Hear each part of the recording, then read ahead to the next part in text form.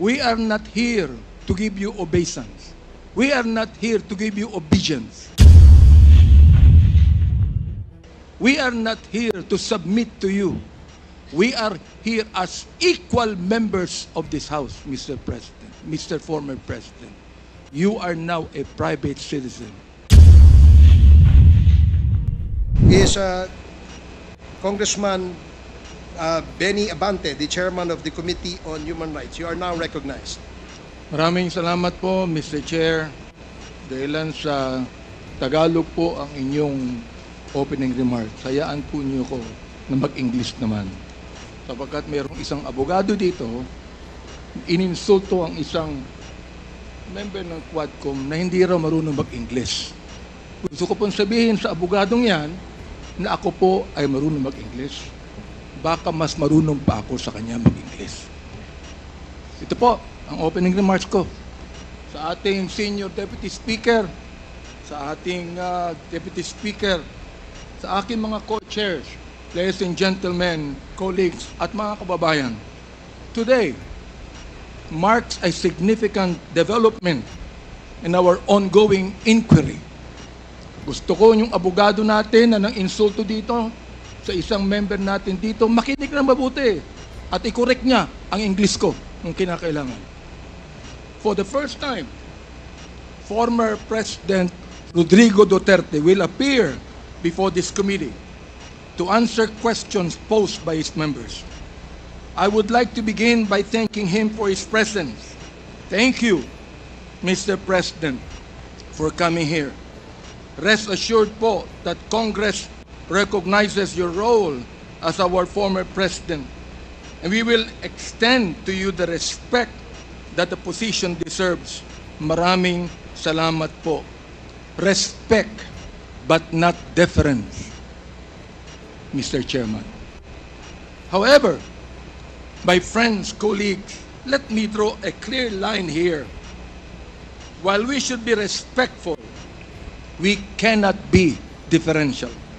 Mga kababayan, watching today with us, it is important to stress that respect and deference are two different things. It is vital that we, as representative of the people, remember that distinction, because our ultimate allegiance is not to any one individual, no matter how high their office. We answer to a power greater than any president. We answer to the Filipino people and to God. As Scripture reminds us in Romans 10:3, and I quote, "Since they did not know the righteousness of God and sought to establish their own, they did not submit to God's righteousness." Our fidelity belongs to the Lord alone. Our mission is to seek the truth, and we shall not be swayed from that path. As we have said time and time again, we have organized this inquiry with a solemn purpose to recommend avenues for justice to be served, seek accountability, and uncover the truth as we adhere to the rules of inquiries in aid of legislation. And inherent to this is our moral obligation to stop the vicious cycle of extrajudicial against our people who cannot defend themselves, to stop the blatant violations of our Constitution and our laws by scheming individuals and criminal syndicates, and to abate the social menace of illegal. It is our sincere hope that the former president's presence here today will aid this objective, not hinder it. Today, we ask everyone here, including the former president, to speak openly and honestly, as this inquiry's goal is not to cast blame for its own sake, but to serve the cause of justice. Mr. Chairman, marahil po, hindi na ako nakikilala ng ating former president. Magpapakilala po muli ako. Mr. President, ako po si Bishop Benny Abante, ang Pangulo ng Bible Mode, Bible Believers League for Morality and Democracy, na mayroong 6,000 churches sa buong mundo. Kung naalala nyo, Mr. President, bago kayo tumakbo and you were still deciding to run, I was invited by a common friend to meet with you. And we did at the Fairmont Hotel in Makati. I hope that you would remember that. With me are two pastors. And we prayed together. I prayed for you, asking the Lord to give you the right decision to run for the presidency. I do not know you from Adam, Mr. President. But I believe in your cause. I believe in your plan. And because of this, Mr. President, I work hard to campaign for you. Many of the pastors of the Baptist community voted for you. Gusto ko pong marinig ito ng mga DDS trolls at DDS vloggers na tumitira sa amin at sinisira ang aking reputasyon. Gusto kong sabihin sa kanila, ilang boto ba ang ibinigay nyo kay former President? Ako po, Mr. President, libu-libong boto ang binigay namin sa inyo. Nagpasalamat ba kayo sa akin? Hindi. Nilapitan niyo po ba ako? Hindi. Mabuti pa, Senator Bongo, Mr. President, nagpunta sa aking simbahan at nagpasalamat sapagkat sinuportahan namin kayo at siya, Mr. President. Now, gusto kong sabihin po dito sa Quadcom na ito, ako ba'y lumapit sa inyo para humingi ng pabor? Hindi po. Ako ba'y lumapit sa inyo para magrekomenda ng justice, magrekomenda ng general, magrekomenda ng cabinet secretary? Hindi po. Hindi ako nagpunta ng Malacanang nung kayo nanunungkulan sa loob ng 6 na taon. Isang beses lang. Ako po ay nagsabi kay Senator Bongo, kung maaari na makapag-usap po tayo. Pumayag po siya. At nag-usap po tayo, if you would remember that, Mr. President. Nag-usap tayo confidentially. Ano pong ginawa ko? Binuksan ko po ang Biblia. Ipinakita ko sa inyo na walang ibang tagapagligtas kundi ang Panginoong Kristo. Ipinakita ko sa inyo ang maaaring magbago ng buhay natin, walang iba kundi ang ating Panginoon. Sinabi ko sa inyo ang nakalagay sa John 3:16, for God so loved the world that He gave His only begotten Son, that whosoever believeth in Him should not perish but have everlasting life. Binantayan ko ang inyong panunungkulan. Nakita ko na maganda ang plano nyo. Nakita ko po, Mr. Chair, na ayaw ng Pangulo na itong bansang Pilipinas mahulog sa kamay ng mga lords at traffickers. Maraming salamat po sa inyo.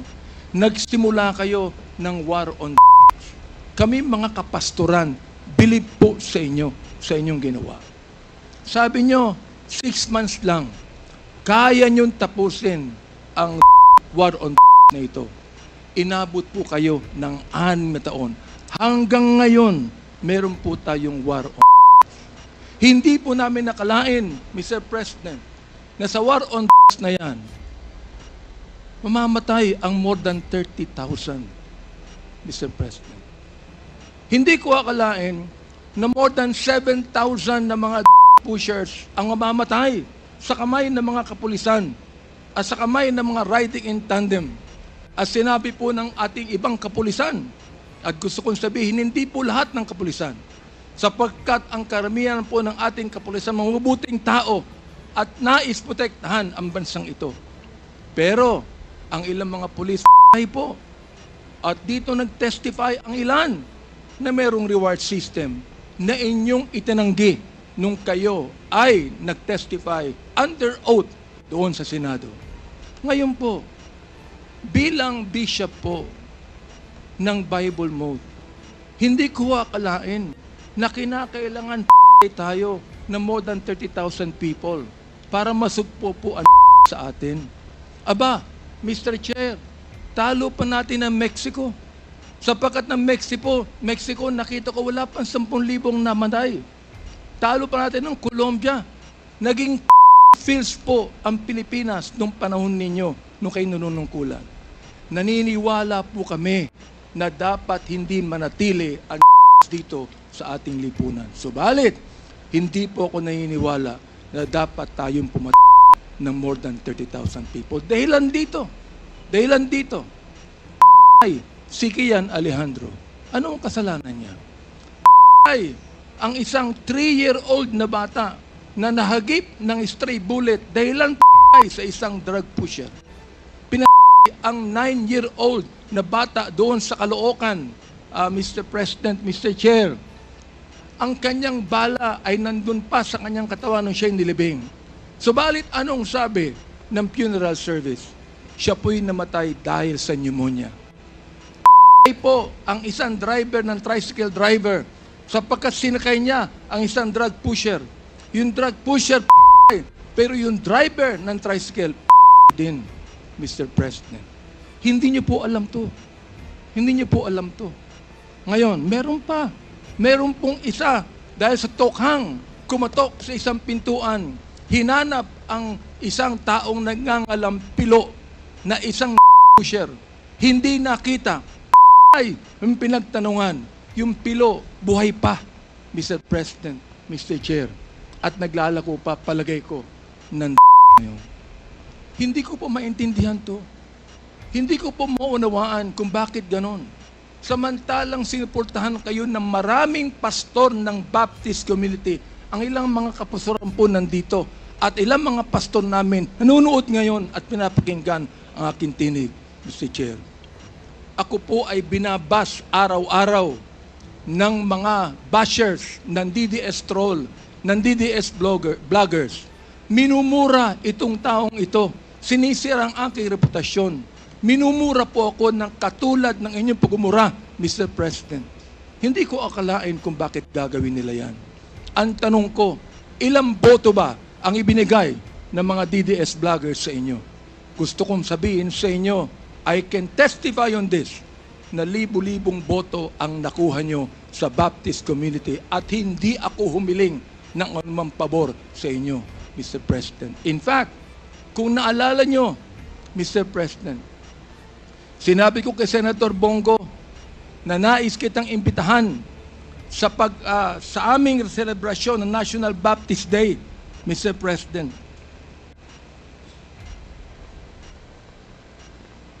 Diendo ko lang po yung pakikipag-usap na ito ni Delga sa ating presidente para po makapakinig po sa akin ng tama. Inimbitahan ko kayo. Nagpunta ho kayo, Mr. President. Doon po sa SMX, nakita nyo ang 7,000 na mga Baptist leaders na nakinig po sa inyo. Sa inyong speech, Mr. President. Oo. Doon po sa speech ninyo, sa harapan po ng mga bishop at ng mga pastor, nagmumura kayo. Pinagbigyan po namin kayo. Kahit na hindi maganda sa amin makarinig ng mura, pinagbigyan po namin kayo dahil kayo ang Pangulo at dapat namin kayong irespeto, Mr. President. Andito ho ako, nakaupo sa harapan nyo.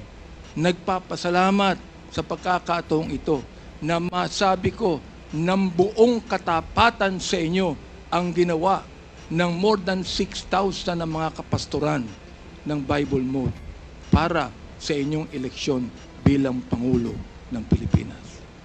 Nung akin pong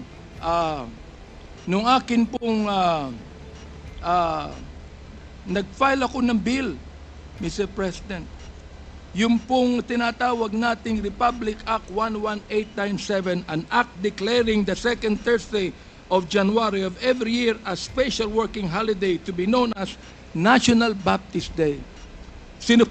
Sinuportahan po ito ng lahat ng mga congressman. Sinuportahan po ito ng lahat ng mga senador. Okay. At nilagay po sa inyong opisina.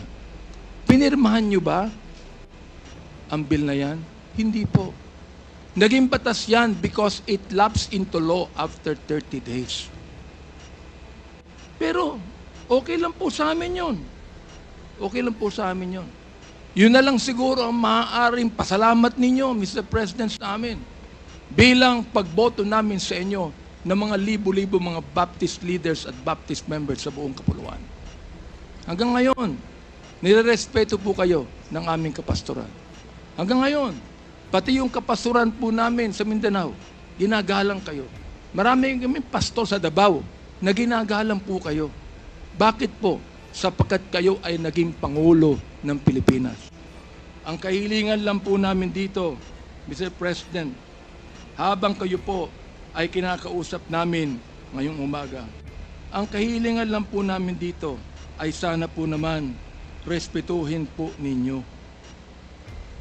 ang Quadcom hearing na ito sa pamamagitan ng hindi paggamit ng mga vulgar words, Mr. President. Sapagkat gusto kong sabihin sa inyo bilang warning na kapag kayo po ay nagmura sa Quadcom hearing na ito, I will make a point of order on you.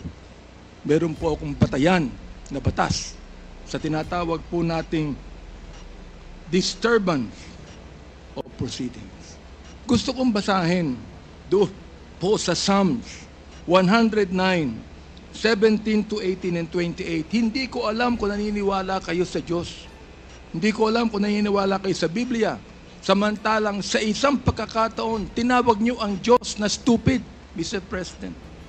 Tinanggap po namin yan sapagkat kayo Pangulo. Oo. At nagpapasalamat ako. Hanggang ngayon po, buhay pa kayo. Kahit na po tinawag niyo ang Diyos na isang estupido, Diyos. Oo. Hindi ko alam kung katanggap-tanggap yan sa lahat na mga nakikinig sa akin ngayong umaga. Pero ito po, gusto kong basahin sa inyo bilang isa rin namang warning. Sa wikang Tagalog, babasahin ko. Sapagkat iniisip niya, ang manumpa, ang magsabi ng masama, kaya darating niyaon sa kanya, sapagkat hindi siya nalugod sa pagpapala, kaya't malayo yaon sa kanya. Dahil binihisan niya ang sarili niya ng pagsabi ng masama o pagsumpa na gaya ng kanyang sariling damit, yaoy papasok sa kanyang kalooban na gaya ng tubig at gaya ng langit sa kanyang mga buto. Hayaang sumumpa sila. Hayaang sila ay magmura. Ngunit magpala ka. Ang kahilingan po namin ngayon, Mr. President, sana po, imbis na mura ang marinig namin sa inyo, sana po, bigyan nyo kami ng pagpapala sa Quadcom na ito. Sapagkat hindi personalidad ang tinutukoy namin dito. Ang tinutukoy po natin ito, issue na kinakailangan po natin tuldukan sapagkat ito po'y kailangan ng ating bayan. Kapag sila'y bumangon, sila'y mapapahiya, ngunit ang iyong lingkod ay magagalak. Yan po ang sinabi sa Salmo, Mr. Chair, Mr. President. Salamat po sapagkat hinayaan niyo ako na magsabi sa inyo ng buong katapatan na walang halong anumang pagkukunwari, Mr. President. Ginagalang ko pa rin po kayo. Hindi po dahilan ay kayo, kundi dahilan sa minsan naging Pangulo kayo ng Pilipinas. Kaya nga po ang aking opening remarks is what? Respect, not deference. We are not here to give you obeisance. We are not here to give you obedience. We are not here to submit to you. We are here as equal members of this House, Mr. President, Mr. Former President. You are now a private citizen. And I hope and pray that you would give us equal respect as we give you equal respect today. Maraming salamat po, Mr. Chair. Thank you, Congressman Abante.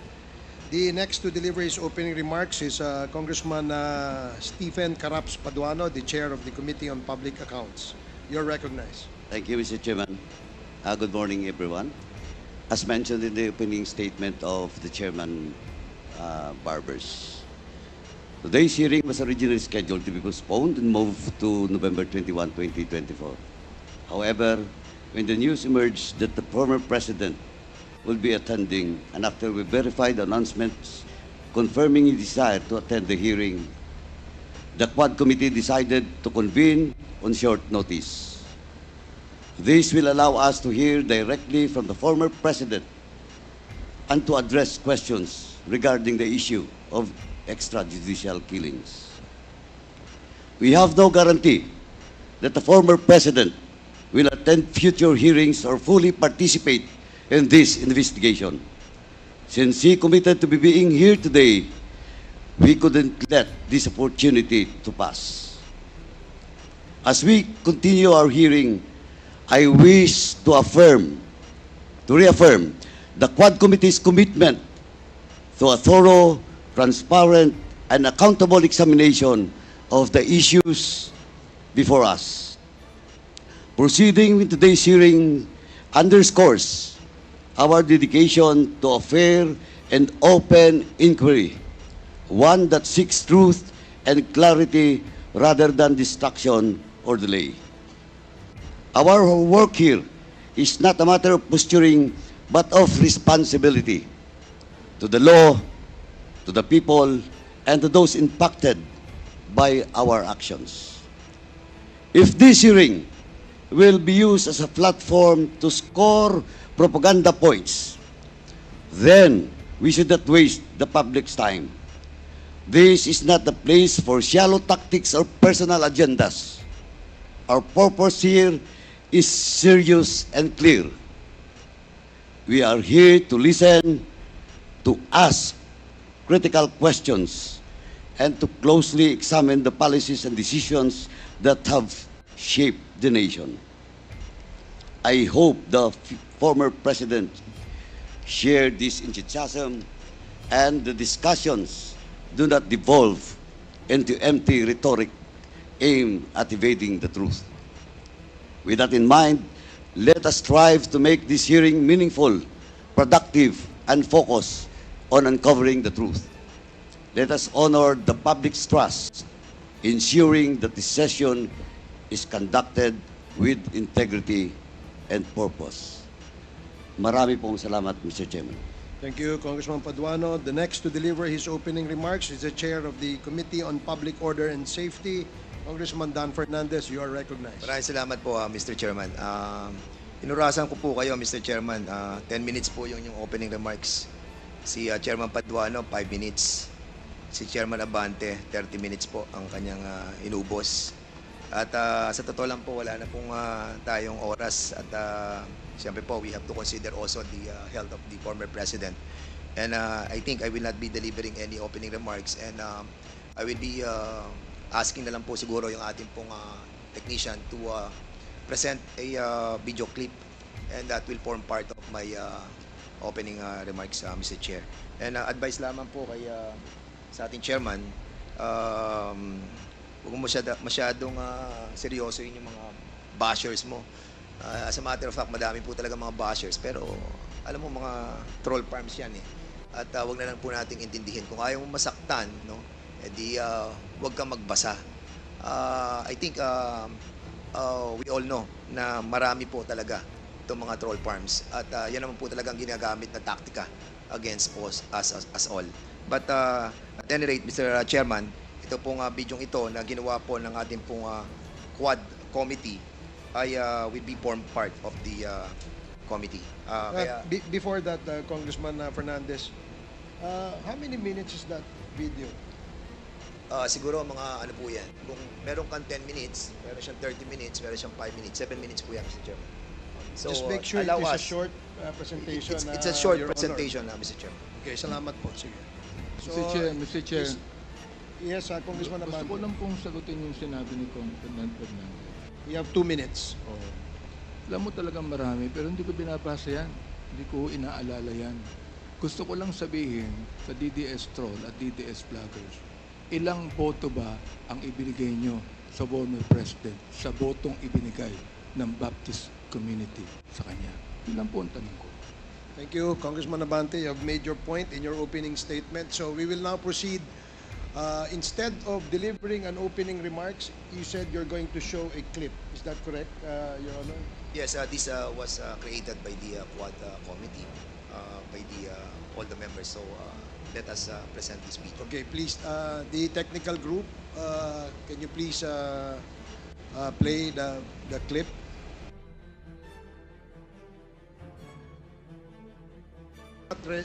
Hearing is resumed. So, Comsec, is it ready? Kung hindi ready, we will proceed with the next agenda. Is it ready? Okay. So technical, please play the clip.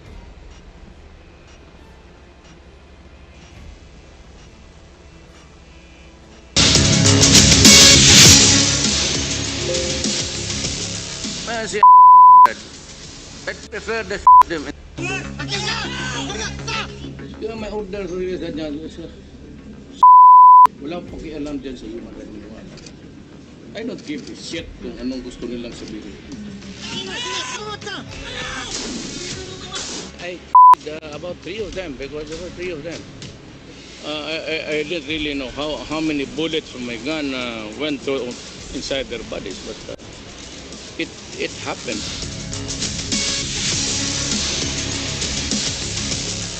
Si them dead. I prefer the them in the heart or in the head.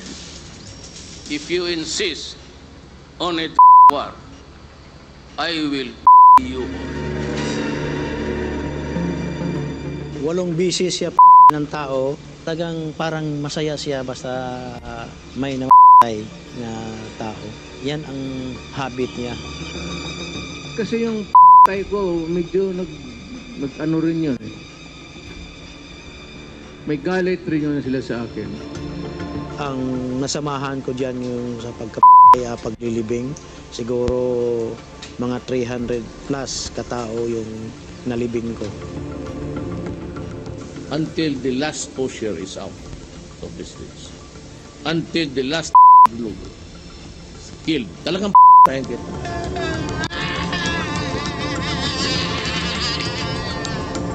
The whole Davao Death Squad network was used as Mayor Rodrigo Roa Duterte's personal masyan. Kakinurap mo yan kung sinong sunduin kita ng helicopter papuntang Manila, tatapon kita sila. They took advantage of our blind loyalty to him and our greed for money to promote and protect his personal and political interests. I will assume full legal responsibility. Kaya ang human rights, ako ang magharap niyan, hindi naman kayo. All of our targets went based solely on the intel information and orders given by Mayor Rodrigo Roa Duterte himself. Ang kasalanan ko lang, yung mga extrajudicial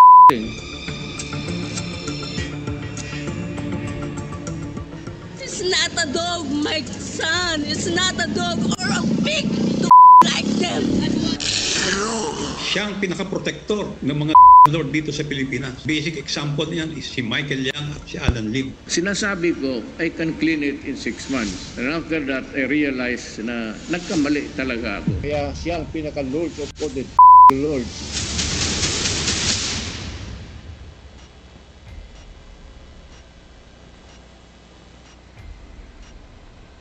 Okay, sige po. Salamat. So, we will now proceed with the next agenda. May we recognize Congressman Acop, our Vice Chair, to please discuss the ground rules for today's committee hearing. You are recognized, Congressman Acop. Thank you, Mr. Chair. I would just like to repeat the rules applicable insofar as our hearing is concerned. Only the microphone of the lead chairperson or presiding officer shall be on unmute mode at the start of the meeting. During the period of interpellation, resource persons shall be given 5 minutes each to state their position or make a presentation in the meeting. Resource persons shall not be allowed to speak or make interjections unless and until they are recognized by the lead chairperson or the presiding officer.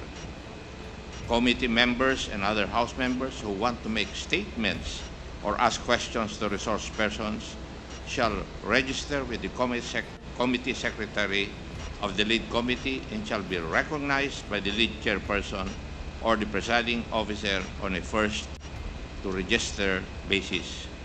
Members shall be given 10 minutes each for their interpellation, excluding the answers of the resource persons. No member except the lead chairperson or the presiding officer shall be allowed to speak or make interjections during the course of the interpellation of a member unless and until recognized by the lead chairperson or the presiding officer.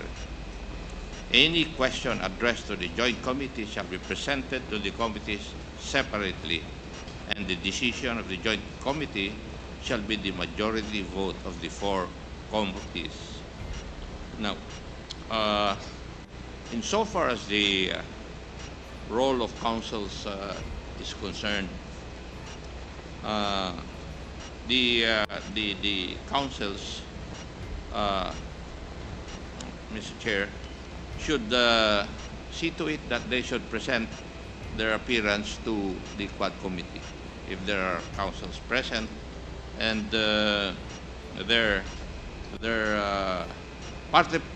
participation of counsel for the witness during the hearing and while the witness is testifying shall only be limited to advising on the legal rights of the said witness or resource person. Counsel for a witness or resource person shall conduct oneself in a professional manner and shall observe proper decorum. Otherwise, upon a majority vote of the members present, there being a quorum, such counsel shall be subject to contempt or to such other disciplinary action that may include censure and removal from the room where the hearing is being conducted. Thank you, Mr. Chair. Thank you, Congressman Akop. Now, the next part of the agenda is the discussion or deliberation on our administrative matters. Do we have administrative matters that we will dispose of, Chairman Paduano? Thank you, Mr. Chairman. We have at least important 2 admin matters to be discussed. The first is the letter coming from the Mercado and Associates Law Office, representing as counsel of Police Colonel Hector Grijaldo, and was signed by Attorney J. Mercado, Managing Partner.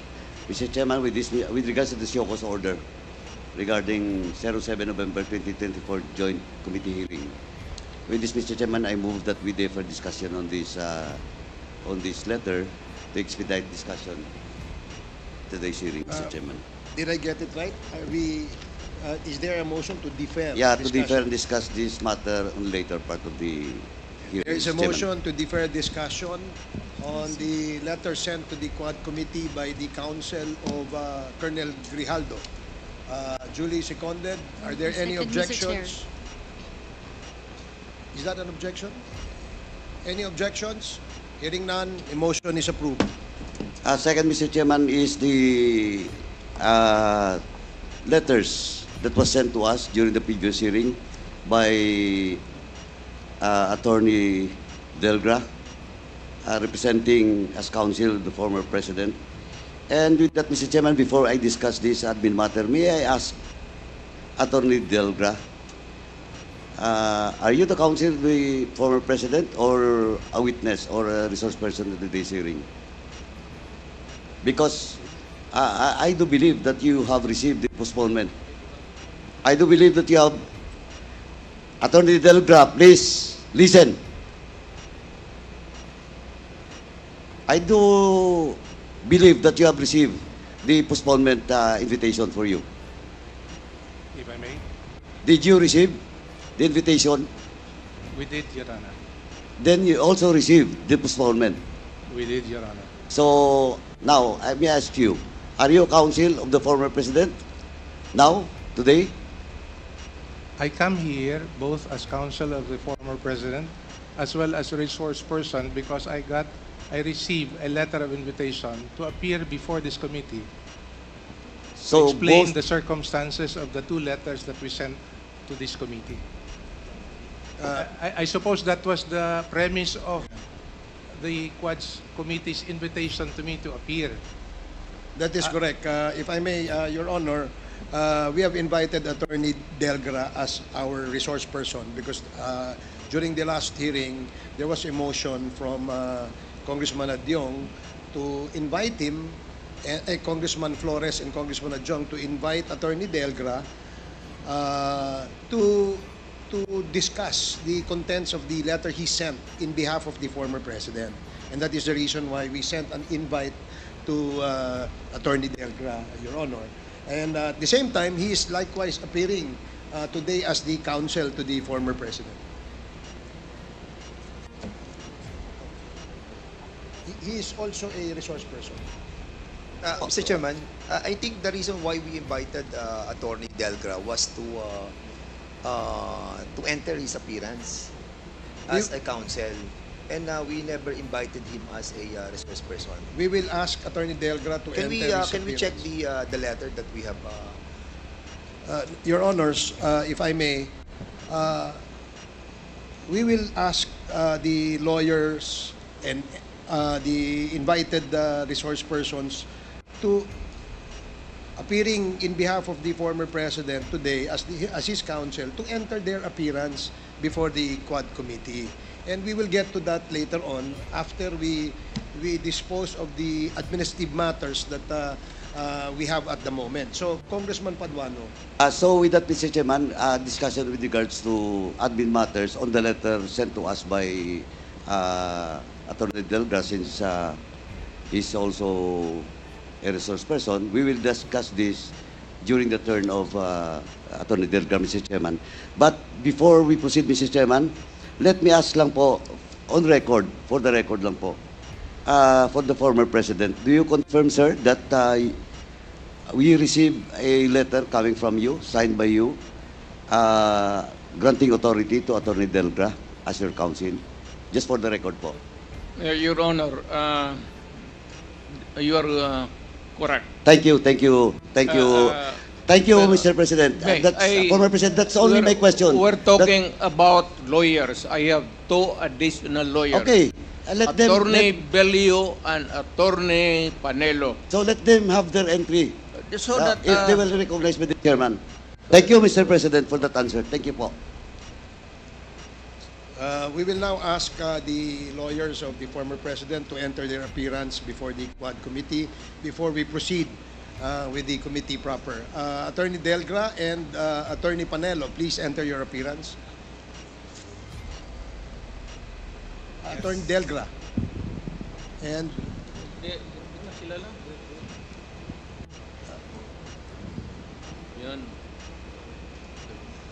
Your Honors, entering my appearance as counsel for former President Rodrigo Roa Duterte, Your Honor.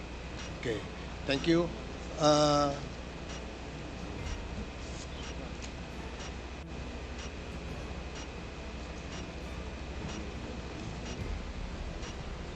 Good morning, Your Honors. Respectfully appearing as counsel for the former President Rodrigo Roa Duterte. Okay, thank you, Attorney Panelo. Please proceed, Congressman Paduano. Mr. Chairman, since Attorney Delgra is also a resource person, so I will just ask the admin matters during the turn of Attorney Delgra. Okay. Thank you, Mr. Chairman. Thank you, Congressman Paduano.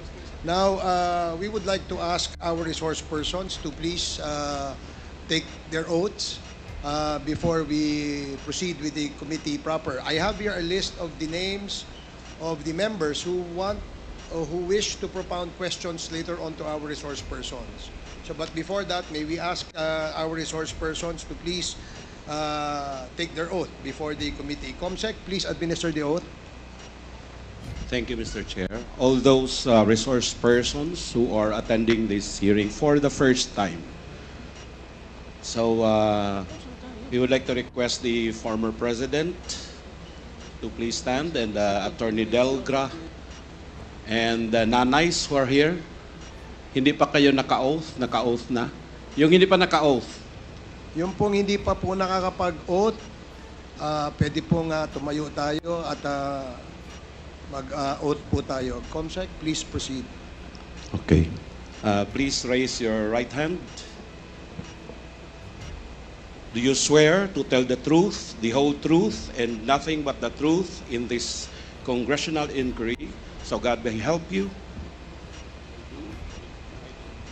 They said in the affirmative, sir. The oath has been administered.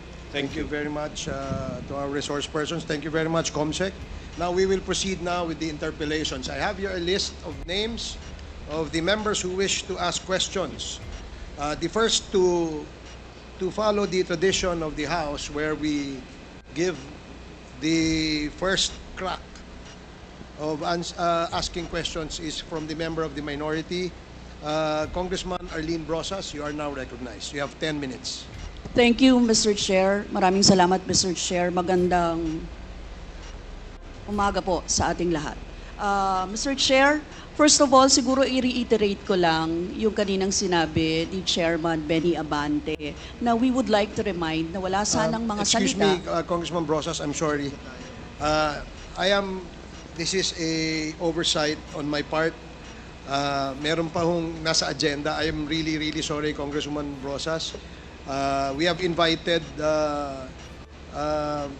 members from, what group is this, DSJJ? May I have the list of the names? So, bigyan po namin kayo ng pagkakataon na magsalita, pero 2 minuto lamang po. Kung maaari, iksian nyo po kasi po ayaw po nating tumagal bago po tayo mag-proceed sa ating pagtatanong. So the first, who's going to be recognized first? Okay. Opo. So we first recognize Father Flavi Villanueva. You have 2 minutes, Father, kung maaari po. Yes. Magandang umaga, Chair. Magandang umaga po sa lahat dito. Ako po ay si Father Flavi L. Villanueva, SVD. Isang pare na nakakita, nakasaksi, at patuloy na kumakalinga at naghahandog ng paghilom sa mga balo ulila na biniktima ng war on noong nagdaang administrasyon. At dito ay nakita ko ang kawalan ng katarungan, kawalan ng sistema, at higit sa lahat, ang karumal-dumal na pagpapay sa mga nasalaylayan. Aldrin Pineda, 13 years old. Bakit ako ni Omar? Si Omar ay isang pulis sa Tondo. Micah Alpina, pangarap ko maging pulis. Pero pulis din ang sa kanya. 3 taong gulang. Erwin, 29 years old. Ipagluluto kita ng pansit. Bibili lang ako. Pagbalik ko, pagdiriwang natin ang kaarawan mo. Hindi na siya bumalik. At 6 na bala ang tumoda sa kanya. Naka-civilian, pero kompleto sa battle gear. Si Berto, ganun din. Ang huli niyang wika, papasada lang ako ng tricycle. Pagbalik ko, pagdiriwang natin ang birthday mo, mahal. Civilian ng p***ay, pero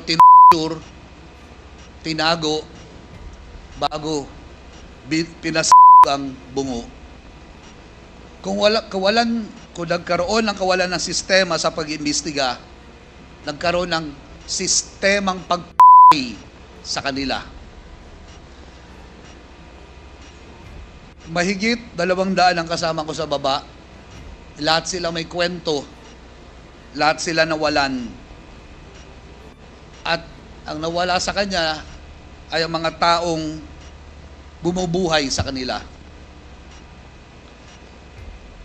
Katulad doon na sabi ko sa Quadcom, bago ko ibigay yung microphone sa mga kasamahan kong naririto sa pangunguna ni Randy De Los Santos, na siyang kumakatawan sa program Paghilom at susunod magsasalita. Sabi ko sa Senado, kung mayroong sistemang pinagmamalaki, kung mayroong baril na ginamit ang mga nanlaban at tunay na nanlaban sila, then, Mr. Chair, let it be. Let it happen today. Let it happen in this Quadcom. Let us call the directors of operations and ask ilang baril ang naroroon sa kasalukuyan. Then we would know kung ilan po ang tunay na nanlaban, kung meron talaga nanlalaban. Those firearms would have corresponding reports attached to them. It should have. Then we would know the real reason, if it's a myth, kung gawa-gawa o totoo. But because what we know is that what happened in Davao simply was replicated nationwide. I will park for the moment and allow the victims that I'm with to speak, beginning with Mr. Randy De Los Santos, the uncle of Kian De Los Santos. Okay, maraming salamat po, Father Flavi. Thank you for cooperating. Sa lahat po ng tatawagin namin, pwede pong maiksi lamang po, ha? The next is Attorney Cristina Conti, NUPL NCR. You have 2 minutes. Yes, thank you, Mr. Chair. Mr. Chair, Your Honors, we are here as lawyers, advocates, and supporters of victims of extrajudicial killings during the time of President Rodrigo Duterte. We charge him as liable for crimes, the most heinous of which would be crimes against humanity in the acts of murder and other inhumane acts. And these acts would include illegal and wanton arrests and detention, harassment, violations of the right against self-incrimination, and most critically, violation of the right against due process. He is liable under the principle of command responsibility as the most senior leader, as the commander and the superior authority over police and other state security forces. He is liable for conspiracy because of the institution of a state policy to neutralize, negate, whomever he identified as so-called quote-unquote enemies of the state under the guise of anti-criminality and anti-insurgency campaigns. He is liable as a principal by inducement or a principal by indispensable cooperation, having ensured that these and these crimes are committed with horrifying impunity. Your Honor, kasama ko po ngayon ang mga parang sinakluban ng langit at lupa noong panahon na yon. Pero ililinaw po namin na hindi po kami sasama, hindi po namin susundin yung imbitasyon ni Presidente Duterte na sumama sa kanya sa impyerno. Dito lang po kami sa mundong ibabaw para po ipaglaban ang katarungan. Your Honor, please avoid yes, Your Honor. Taunting. Whatever, for lack of a better word, iwasan po natin yon. Yes, Kasi Your po, Honor. tayo po ay mga professional dito at gusto po natin na sana maging matiwasay yung ating pagpapakonduct ng hearing na ito. I hope you understand. Yes, Your Honor. I'm just echoing statements from the Senate hearing, Your Honor. But anyway, ang para po sa amin, wala pong kapatawaran kung walang katarungan at walang katarungan kung walang katotohanan. Kaya ito pong pagkakataon na ito ay para po malaman kung bakit ang quote-unquote war on gera laban sa naging ang mahihirap. Kung bakit, akala ko ba ubusan ng nangyari po, parang meron pa palang protector ng mga na nasa posisyon. At nandito po ang ating mga biktima para isalang po sa ating pong komite at sa investigasyong ito kung ano nga ba ang tunay na nangyari at kung sino ba ang dapat managot. Maraming salamat po, Mr. Salamat Chair. po. Salamat po, Attorney Conti. Ang susunod po na magsasalita ay si Miss Christine Pascual. 2 minuto lamang po, Mrs. Maaari. Magandang umaga po sa inyong lahat. Ako po si Christine Pascual, ang nanay po ni Joshua Laksamana po. Na nangarap lang po na isang maging gamer at napagsabay naman niya po yung pag-aaral at ang kanyang kahiligan. Natanong ko lang po kasi sa aming mga nanay, kung hindi rin po, sana po, naging batas ni Mr. President po ang pag na walang makukulong. Sana po wala pong maraming na ganitong inosente mga bata po. At lalo din po kami nasaktan ng kalooban nung time pong nalaman namin na may reward. Parang ganun lang po, napaglaruan yung buhay ng mga mahal namin sa buhay. Kaya, kay biro man po o hindi, ang nasabi niya pong batas niya, hindi rin po maganda sa aming kamukha namin mga mahihirap. Kaya lang po, lumalakas din ang loob namin. Ito na lang po yung paraan sa kamukha namin mga mahihirap kung paano po manawagan sa inyo at buksan po ang puso nyo na hindi po biro ang hanggang ngayon ang nararamdaman namin. Nagmahal lang po kami ng mga pamilya namin. Kaya ganito po kami lumalaban. Hindi sana magkakaroon ng ganitong maraming namatay ko na disiplina po agad ang ginawang batas po ng ating presidente. Salamat po. Okay, maraming salamat po, Mrs. Ang sunod po ay si Miss Lore Paslo. Lore Paslo po. Pasko po. Lore Pasco, may 2 minuto po kayo, ma'am.